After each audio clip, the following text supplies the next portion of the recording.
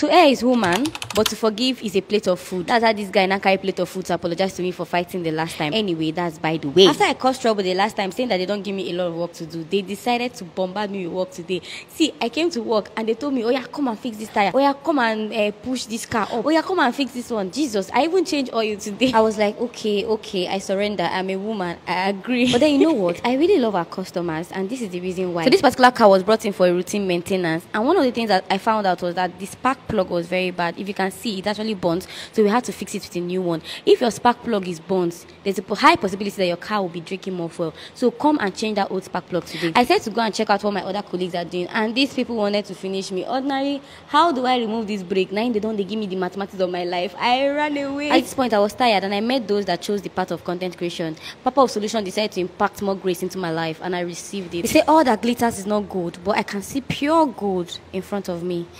Customers, when you're entering this garage, better take notes. Shine your eye well. So this is our body shop section, and very soon I'm going to be painting a full car. You guys watch out.